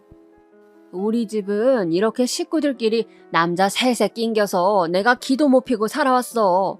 그래도 사는 게 바빴으니까 이렇게 다녀본 적도 없고, 그러니 이렇게 나온 게 얼마나 좋냐고. 이렇게 자주자주들 놀러 다니고 맛있는 것도 먹고 좋은 데도 다니고 그러는 거야. 하지만 저는 분이 풀리지 않아서 한 숟가락도 뜨지 않았고 아버님은 그런 저를 보며 시비를 걸어오시더군요. 이날 이후로 저는 얼마간 시댁과 왕래를 끊게 되었어요. 바로 짐을 들고 밖으로 나가서 택시를 불러 올라가 버렸거든요. 니는 뭐가 그렇게 불만이라서 입이 대빨 나와 있냐? 하여간 얼굴도 우거지상이고 보통 기센 게 아니야, 네가. 이런 데 왔으면 고맙다고 넙죽 인사라도 같이 해 날랐어야지. 네 어머니 저렇게 힘들게 음식하는데 대체 뭘 하고 있었던 거냐? 아버님, 입이 대빨이라뇨. 그게 아니고... 아니, 당신이 말 좀 해봐. 저는 이렇게 남편에게 넘기려는데 그 순간 아버님이 저한테 호통을 치시는 거예요. 어디서 주제도 모르고 서방을 가르치려들어? 네 눈에는 우리 준영이가 네 아들이라도 되는 줄 아냐? 어디 부모 앞에서 겁도 없이 이래라 저래라야. 평소에도 너 그렇게 우리 준영이 잡고 사냐? 어? 전 이쯤 차오른 분노를 자제할 수 없었고 그대로 한참 아버님 눈을 응시했어요. 아버님은 제가 계속 노려보는 시간이 길어지니 본인도 얼결에 눈을 딴 데로 돌리시더군요. 그러다가 헛기침하면서 뭐라고 하려는 사이 저는 조금도 제 역성을 들어주지 않는 남편에게 제일 질렸기에 그대로 제 가방을 들고 일어섰어요. 그제서 남편은 뭐라 몇 마디를 하더군요. 미주야 잠깐만. 야, 왜 일어나, 미주야. 하지만 저는 지갑까지 있는지 확인한 후 뒤뚱거리는 몸으로 신발을 우겨 신고 그대로 로비로 나갔어요. 마침 엘리베이터도 멈춰 있었고 문을 열고 남편이 달려오는 소리도 들렸으나 그대로 문을 닫고 밑으로 내려가 버렸습니다. 당연히 호텔 앞에는 택시들이 질비해 있었고 거기에 쓱쓱 올라탄 다음 곧장 4-5시간 동안의 시간을 지나 집으로 왔어요. 이때 택시 안에서 어찌나 서럽고 눈물이 나던지 그 와중에 남편한테 전화도 왔었어요. 택시 아저씨는 전화 내용을 듣더니 괜한 참견까지 하시더군요. 아이고, 세댁 시부모님도 같이 계신 것 같은데 그렇게 박차고 나오면 어떡해요. 죄송하다고 하고 얼른 들어가요. 나도 며느리가 있어서 남일 같지가 않네. 중간에 남편이 얼마나 곤란하겠어요. 이때 저는 공연히 택시기사 아저씨한테 성질을 내버렸네요. 아쉬운 건 우리 아버님한테나 이렇게 와악 하고 소리를 지를 걸 후회가 되더군요. 아저씨는 며느리만 있고 딸은 없으세요? 아저씨 딸이 임산부인데 시댁 식구들이랑 여행 가서 몇 시간을 꼬박 서서 음식만 하고 있었다면 괜찮으세요? 남의 집 귀한 딸 데려다가 쓰러지기 직전까지 그렇게 부려먹는 게 당연한 거예요? 그래놓고 시아버지란 작자는 며느리한테 멍청하네 어쩌네 자기 아들을 하늘처럼 모셔라 이런 소리 하는 게 정상이냐고요. 마음에 안 들면 여기 어디 내려주세요. 제가 왜 아저씨한테까지 이런 말을 들어야 해요? 그러다가 끝내는 서러워서 와악 하고 울면서 엎드려서 엉엉 쏟아내는데 한참 달리던 택시기사님은 속도를 조금 늦추는 듯 하더니 조금 멋쩍게 미안하다고 하시더군요. 아유, 미안해요. 내가 생각이 짧았네. 괜히 끼어들어서 화나게 해서 미안해요, 세댁. 기분 풀어요. 그렇게 사과하시니 저도 속에서 뭔가 우웅하고 올라오면서 이 아저씨 잘못은 아닌데 또 여러모로 머리가 복잡하더군요. 어찌되었건 그렇게 새벽이 다 되어서 집에 들어왔고 들어오자마자 씻지도 않고 소파에 뛰어들었어요. 그렇게 감정은 최악으로 치닫게 되었으며 다음날 아침 서둘러 올라온 남편과도 꽤나 큰 전쟁을 벌이게 되었어요. 서로 상처는 상처대로 입은 상태로 은연중에 서로 거의 타협을 하듯 한 약속이 있어요. 당분간 시댁에 안 가겠다 이거 말이에요. 그리고 남편도 어차피 상황이 일이 되었으니 굳이 만나게 할 이유도 없고 알겠다고 하더군요. 하지만 이런 제 얘기는 씨도 안 먹혔던지 며칠 뒤 누가 우리 집을 부술 듯이 발로 차대는 거예요. 문을 열었더니 어머니가 도끼 어린 눈으로 저를 노려보고 있었고 제 집처럼 확 들어오시더니 여기저기 베란다며 방까지 다 휘집어 보시는 거예요. 아, 진짜 왜 이러시는 거예요? 연락도 없이 오셔서 뭐 하시는 거냐고요? 야, 이게 네 집이야? 네 집이냐고? 어머니도 이젠 대뜸 아주 눈이 뒤집혀서는 막말을 하시는 거예요. 이날 어찌어찌 저는 몰아냈지만 이후로는 집에 와서 발로 부수건 말건 간에 저는 문을 열어주지 않았어요. 그러다 돌아온 사정은 또 얼마나 웃겼는지 아시나요? 이 사건으로 저는 진짜 이 인간들과 안 되겠다 싶어 이혼을 결심하게 되었어요. 남편이 회사에 있을 시간이고 아직 우리는 냉전 중이었고 전 막달 무렵이었어요. 그런데 어머니가 저한테 문자를 보냈는데 진짜 가관도 아닌 내용이었어요. 아버님, 너 때문에 쓰러지셨다. 응급실 가셨어. 당장 와라. 이런 말들만 툭툭 휘갈겨 놓은 거예요. 와, 어쩜 이렇게 내일 모레 70이나 먹은 어른들이 하는 짓거리가 이렇게 유치할 수가 있는 거예요? 임신 막달의 며느리한테 뭐가 그렇게 한이 맺히고 죽일 놈의 스트레스가 있어서 연락 얼마 안 된 것 같고 화병이 났다고요. 그래서 쓰러져서 응급실을 갔더니 아주 우습지도 않은 거예요. 전 조심스레 이건 거짓말일 거라 생각했고 가지 않았어요. 당장 내 몸이 힘들어 죽겠는데 무슨 응급실을 가나요? 심지어 응급실도 아니고 뒤늦게 저한테 보낸 문자를 보니까 응급실 가셨다가 집으로 오셨다고 집으로 오라는 거예요. 말 바꿔대는 것 보니 다 역겹고 바보처럼 느껴져서 그냥 무시하고 안 가버렸어요. 나중에 남편이 저녁 늦게 와서는 또 저한테 뭐라 헛소리를 하길래 저는 딱 한마디 해주었어요. 내가 언제까지 당신 부모님 뒤치다거리만 해야 해? 당신은 부모님이랑 살지 왜 나랑 결혼했어? 효도 혼자 하기 힘드니까 나랑 같이 하려고? 내가 왜? 우리 엄마 아빠야? 그럼 당신은 왜 우리 엄마 아빠한테 그만큼 안 해? 급기야 저는 이혼 소리를 꺼냈고 이것은 결국 남편을 건너 시댁까지도 들어가게 되었어요. 너무 어이없고 꼴사 나온 게 이놈의 시댁은 그런 소리가 나오고 나서야 비로소 잠잠해진 거예요. 당장 내쫓고 싶다는 식으로 다룰 땐 언제고 막상 자기 아들 호랍이 되는 건 싫었나 봐요. 이렇게 간단한 방법이 있었으면 진작에 시도할 걸 그랬나 싶을 정도로 시댁은 이후 제가 아기를 낳고 몇 개월 키울 때까지 조금도 터치를 하지 않았어요. 그런데 애 태어나고 본 기간이 얼마 안 되다 보니까 자기들도 또 슬슬 욕심이 올라오기 시작한 거예요. 냅다 우리 집으로 또 말없이 찾아와서 몇 시간을 늘어앉아 있는 거예요. 차마 가시라고 말하기도 그래서 그냥 있던 중에 아기가 보채고 자꾸 우는 바람에 안 되겠더군요. 저 어머님 아버님, 아기 이제 좀 재워야 할 것 같아요. 제가 모셔다 드릴게요. 그냥 둘이서 가라고 하면 절대 안 가고 또 노발대발하고 혹은 자기들이 자고 간다고 할까봐 아주 끔찍하더군요. 그래서 제가 모셔다 드리겠다고 저도 길 안 익숙하고 불편한데 운전대를 잡게 되었어요. 아버님은 얼떨결에 쫓겨났다고 생각하시는 건지 차 타고 가는 내내 입이 대빨 나와 있는 거예요. 그러려니 했더만 뒷좌석에서 아기가 계속 울고 있으니 여러모로 귀가 아프고 거슬렸나 봐요. 그거야 그럴 수 있는데 자기 손주잖아요. 그렇게 화낼 일인가요? 이 일을 겪고 나서 정말 인간에 대한 환멸이 그렇게 커져보기도 처음이었고 제가 뭔 일을 내도 내겠다 싶더군요. 아버님의 그 무지몽매한 막말과 상스러운 말은 뭔 짓을 한다고 해도 용서가 안 될 것 같았어요. 예라이, 지혜미가 경박스럽고 천티가 나니까 새끼도 똑같구먼. 작작 좀 안 울어? 귀 터지겠다 터지겠어. 그러면서 연신 바닥에 침을 퇴퇴 뱉는 거예요. 분명히 우리 엄마가 출산기념으로 뽑아주신 차라고 말씀드리고 탄 건데 그걸 알면서 조수석 바닥에 침을 뱉어대며 뒷좌석에 있는 우리 애한테 상소리를 해대는 겁니다. 제가 어디 모르는 집 새댁도 아니고 본인 며느리면 그 애기는 자기 손주잖아요. 어떻게 애기한테 화풀이를 그렇게 할 수 있는 걸까요? 아버님, 지금 뭐 하시는 거예요? 침은 왜 뱉으세요? 애기 울잖아요. 이 순간 저는 사방에 신경을 쓰느라 여차하면 사고를 낼 뻔했고 겨우 차를 돌려 세운 이후 얼마나 숨을 헐떡였는지 몰라요.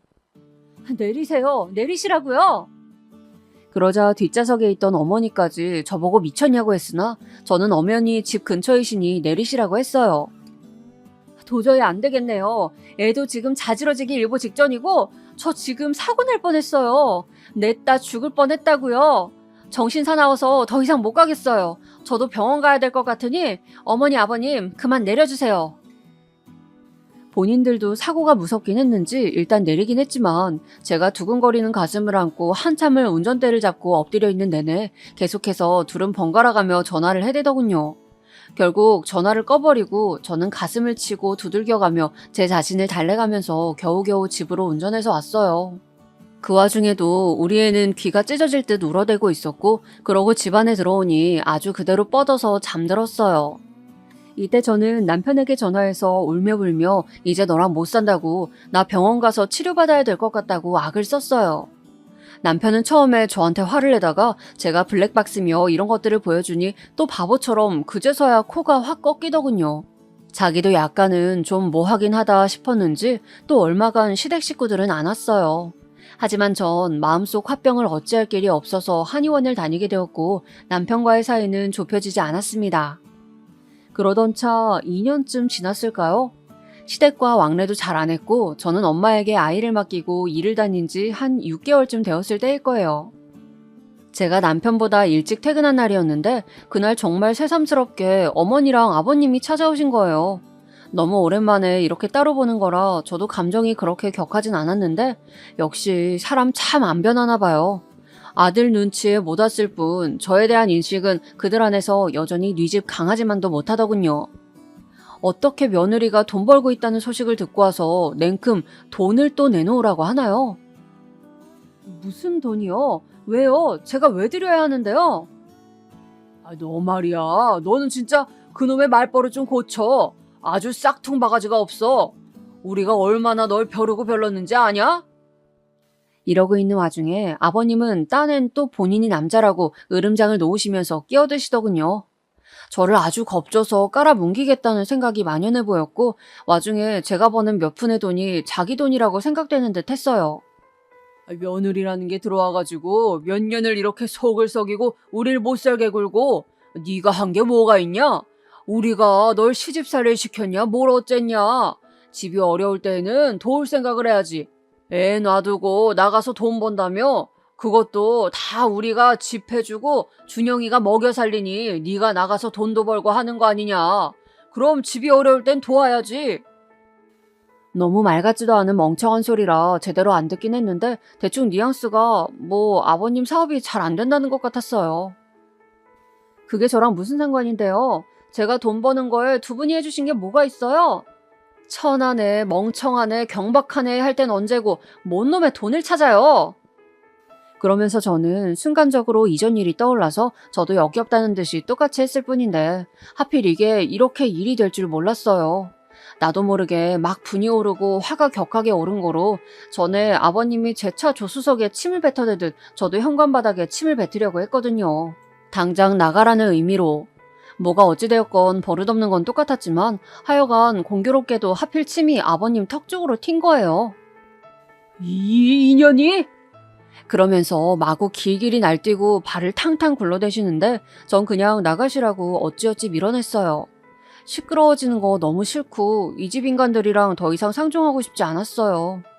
시댁에서 받은 스트레스 때문에 화병만 생기고 불면증에 제가 얻은 건 하나도 없었거든요. 그리고 너무 웃긴 건 왜 꼭 이런 일마다 남편은 없고 저만 혼자서 저놈의 어른들을 독대해야 하는 걸까요?